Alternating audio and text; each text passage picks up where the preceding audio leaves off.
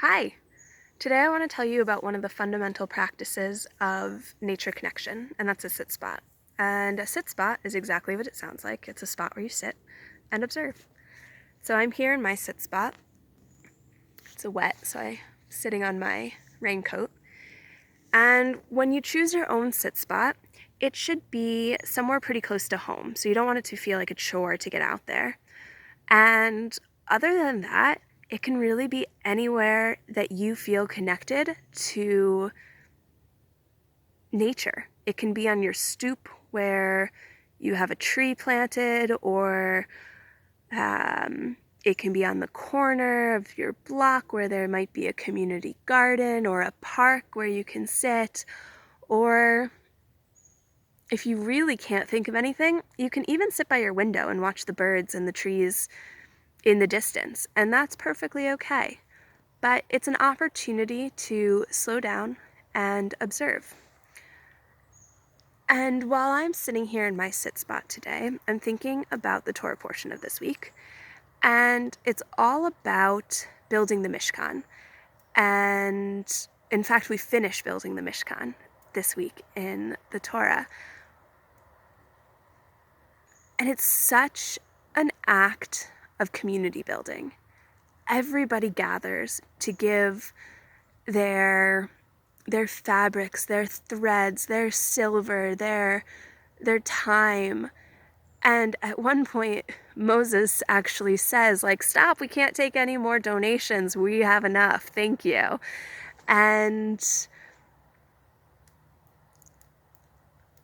it's so intricate and detailed and incredibly beautiful, the Mishkan of the desert. And I was thinking, what's my Mishkan? Where do I, or what do I see as God's dwelling place where I can connect and feel that divine presence? And to me, that's the forest. And I was thinking about what it takes to build a forest. And it doesn't take humans necessarily, though we can help at this point, but it takes all of the gifts of the holy beings that are a part of this world. The birds are spreading seeds. The mycelium are connecting all of the trees and the plants and communicating and sharing resources with one another. The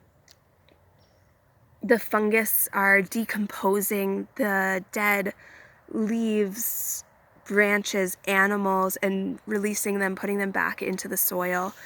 There's a whole cycle and spiral of life that is happening here with predators and prey.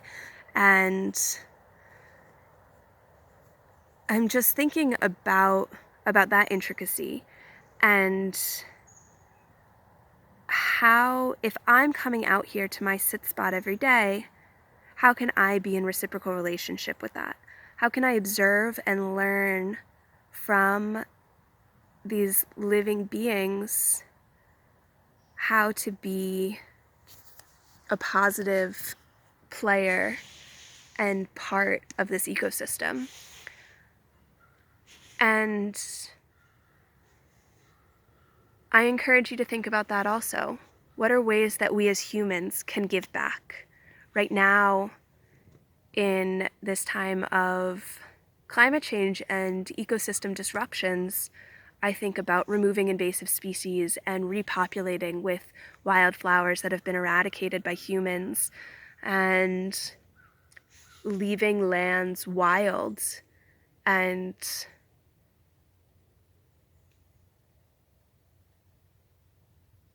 just listening.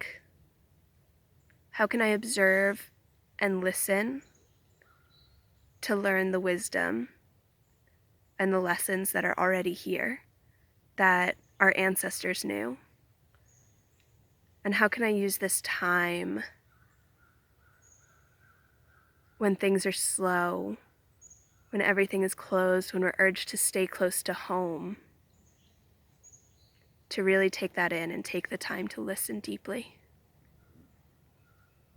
So I would love to hear some of your observations.